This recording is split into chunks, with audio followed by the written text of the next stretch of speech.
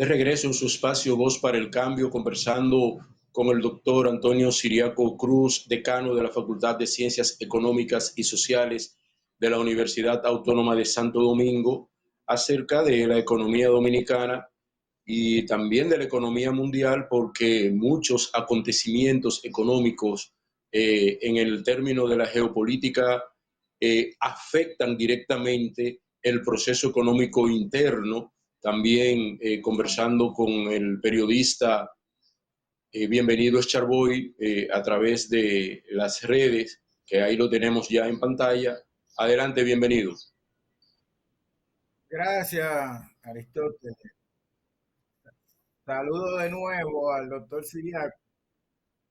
Yo quisiera hacerle dos preguntas al doctor Siriaco, quien conozco hace mucho tiempo en las lides universitarias y nos hemos encontrado en muchos escenarios, principalmente en las últimas semanas o meses.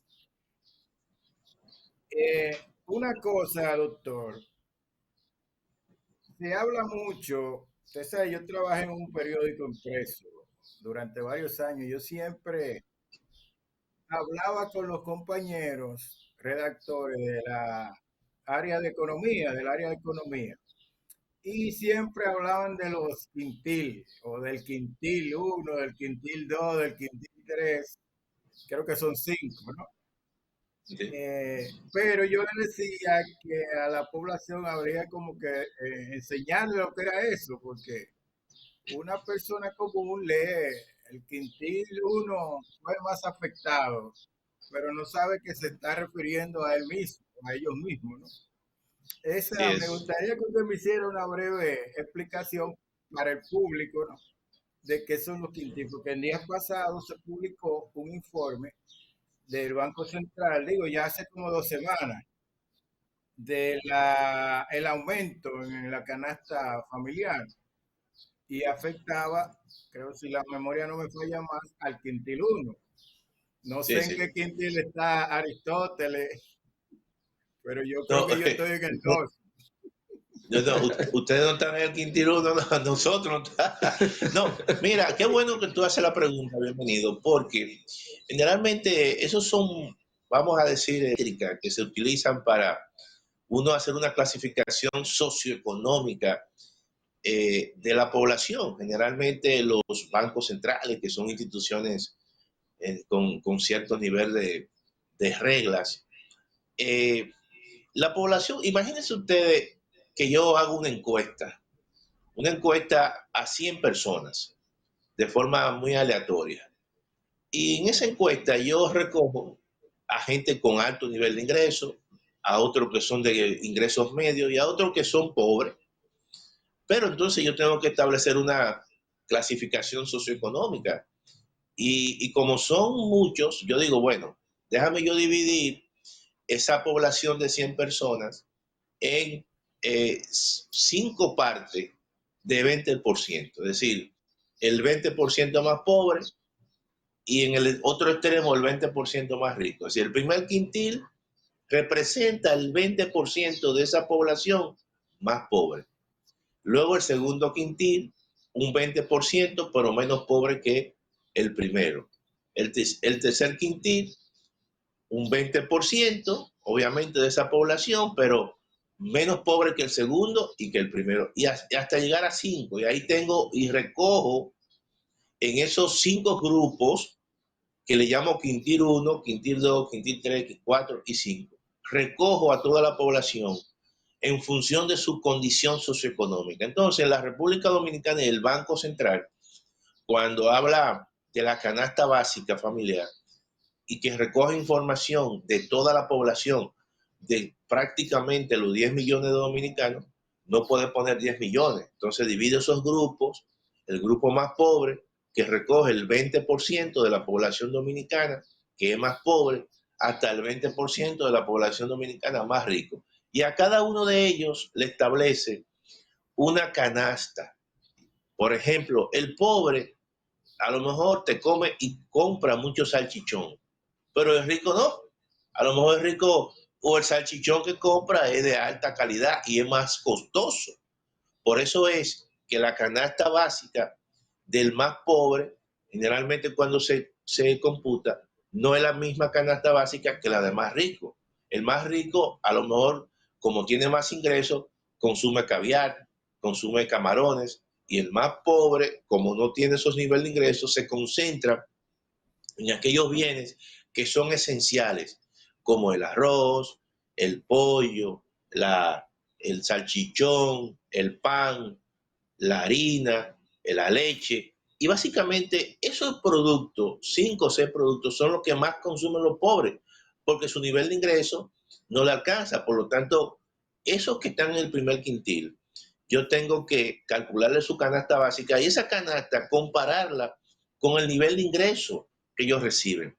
Entonces, por ejemplo, cuando el Banco Central publicó hizo esa publicación hace una semana de la canasta del primer quintil está por encima de lo que recibe el salario mínimo con una persona. Entonces, eso significa que hay que mejorar los salarios en la República Dominicana. ¿Por qué? Porque esos salarios generalmente no alcanzan ni para comprar la canasta de los más pobres. Claro, los más ricos sí, porque tienen un nivel de ingreso.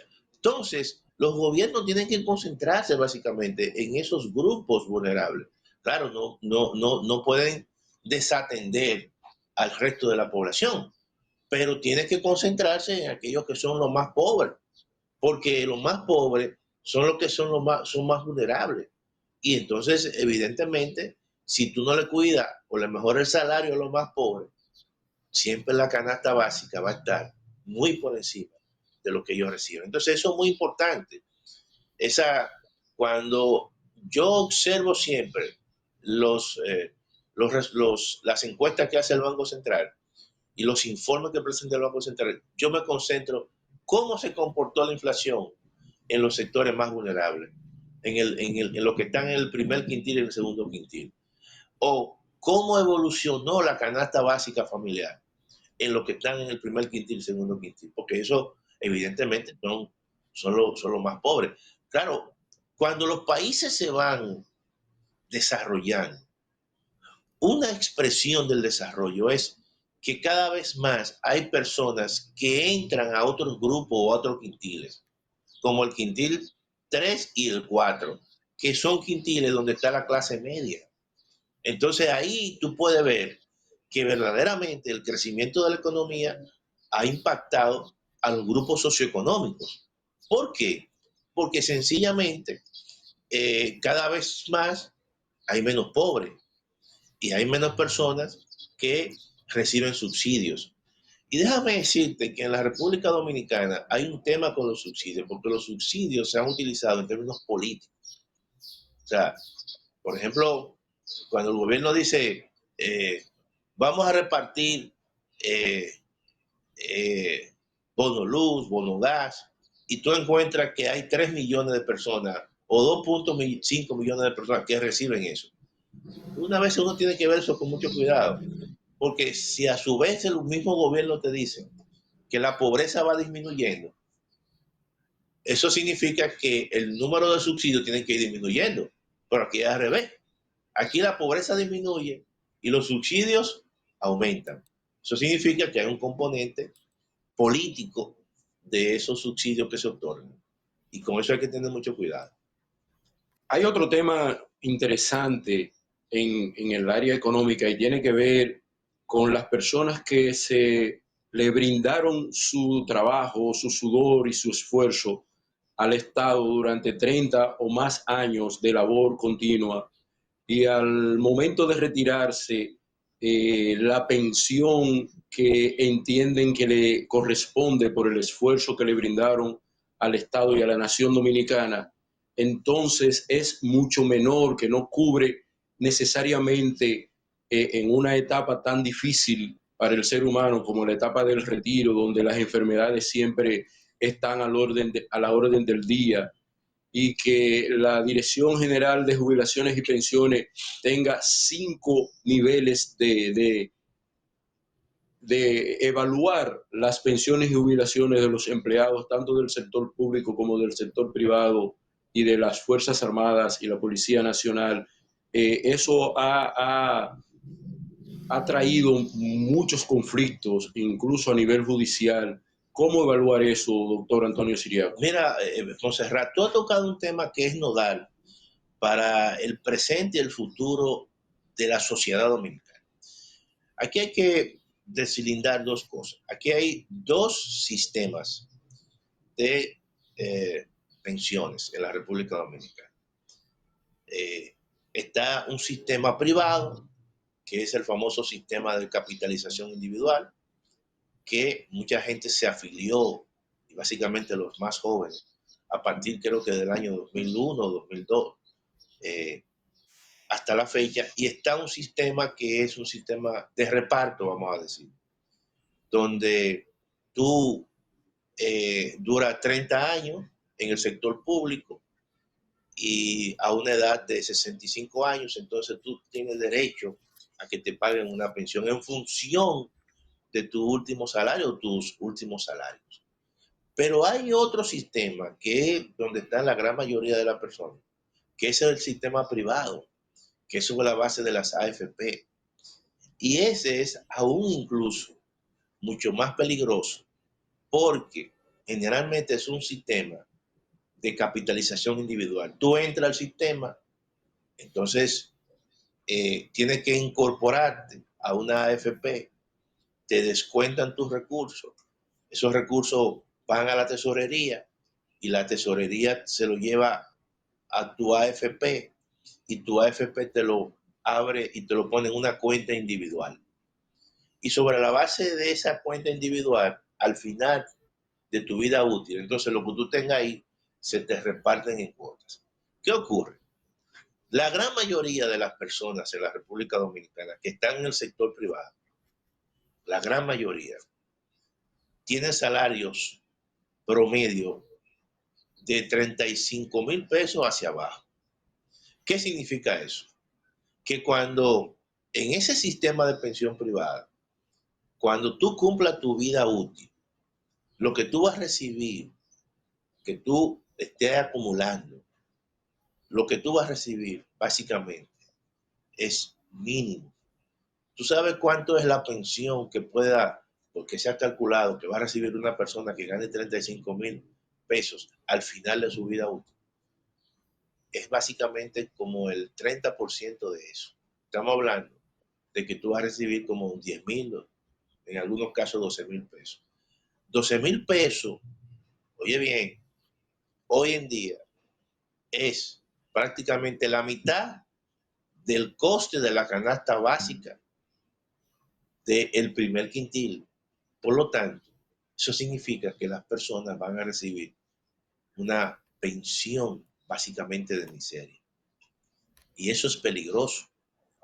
Eso es sumamente peligroso porque ya vimos lo que ocurrió en Chile en el año 2021. Incluso que hubo un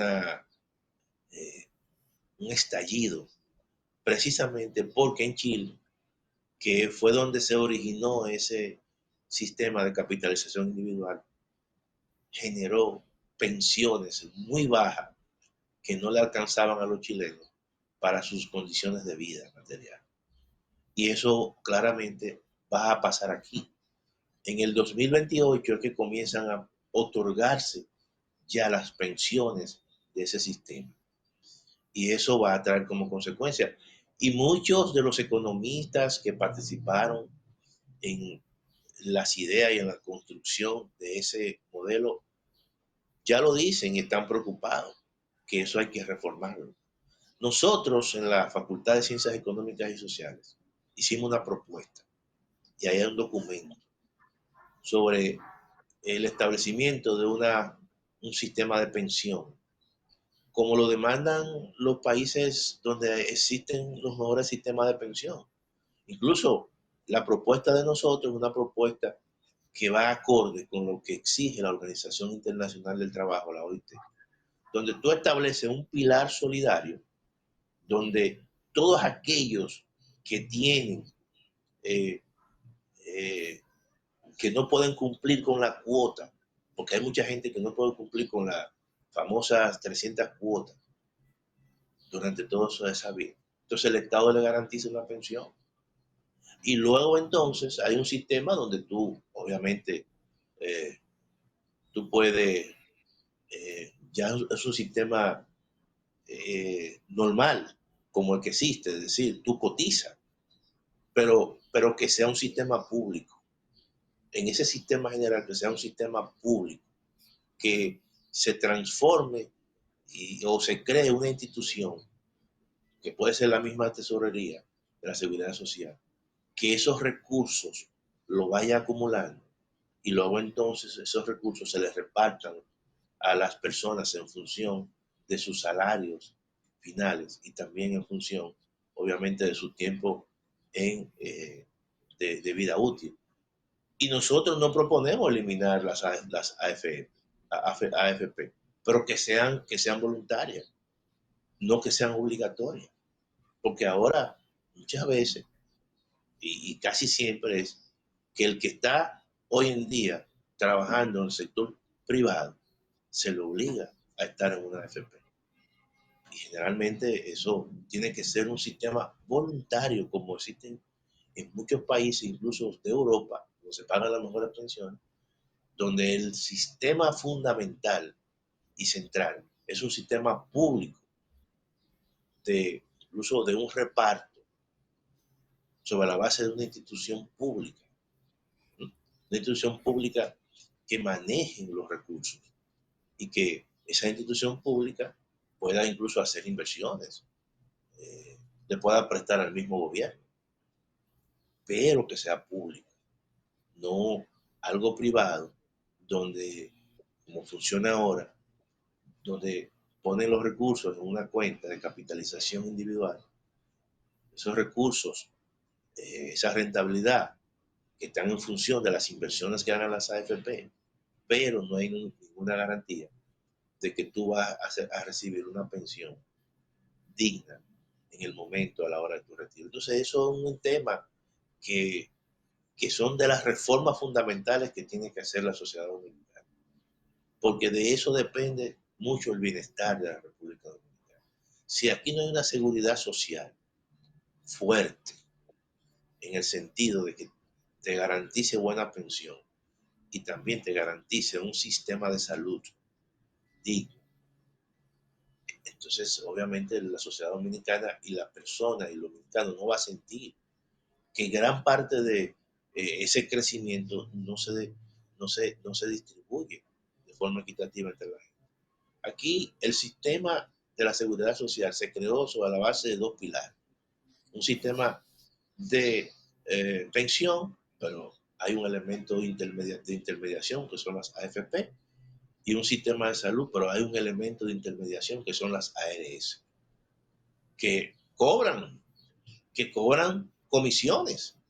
Y entonces, ¿por qué esos sistemas tienen que ser así? Hay que construir un sistema público que sea de calidad. Y se puede, como existen en otros países. Los mejores sistemas de pensiones son los sistemas de pensiones de reparto, pero con un Estado que realmente sea un Estado con buenas regulaciones, ¿no? Pero de lo contrario, entonces, nosotros vamos a tener dificultad en el año 2028, porque cuando todas esas personas comiencen a pensionarse y vean que van a recibir 10,000 y 12,000 pesos y que eso no le va a alcanzar, entonces eso va a traer un problema aquí en la economía dominicana y en la sociedad dominicana. Muy interesante, doctor Antonio Siriaco. Debemos ir a la siguiente pausa. Ya vamos a estar desde Voz para el Cambio esperando esa propuesta de la Facultad de Ciencias Económicas y Sociales tanto sobre la propuesta de la indexación anual del salario de los trabajadores, de los servidores públicos y privados, como de la nueva modalidad del sistema de pensiones y jubilaciones que también tienen en carpeta, y abrimos el espacio para que sea vocero por acá. Esa última nosotros la tenemos y la presentamos y está el documento. hicimos la propuesta. Ahora se va a abrir un debate en el Congreso y la vamos a llevar otra vez, pero nosotros hicimos, esa propuesta la hicimos nosotros en el año 2023. Hicimos un gran seminario en la Facultad de Ciencias Económicas y Sociales. Trajimos incluso a algunos técnicos chilenos y lo hicimos básicamente como un mecanismo de presentar algo alternativo a lo que hay. Y están los documentos. Yo puedo venir en una próxima entrega de este programa y hacer una explicación más detallada. Trabajaron varios técnicos, ¿no? También dominicanos, profesores de la facultad. Y vamos a retomarla porque parece que otra vez se va a discutir en el Congreso Nacional la reforma a la Ley de la Seguridad Social. Es una de las, yo pienso que es quizás la reforma más importante que hay en la República Dominicana, porque de ahí depende gran parte del bienestar de la población dominicana, presente y futuro, tanto en términos de salud como en términos de pensión. Muchísimas gracias, doctor Antonio Siriaco. Christopher, vamos a la pausa y retornamos con más en Voz para el Cambio.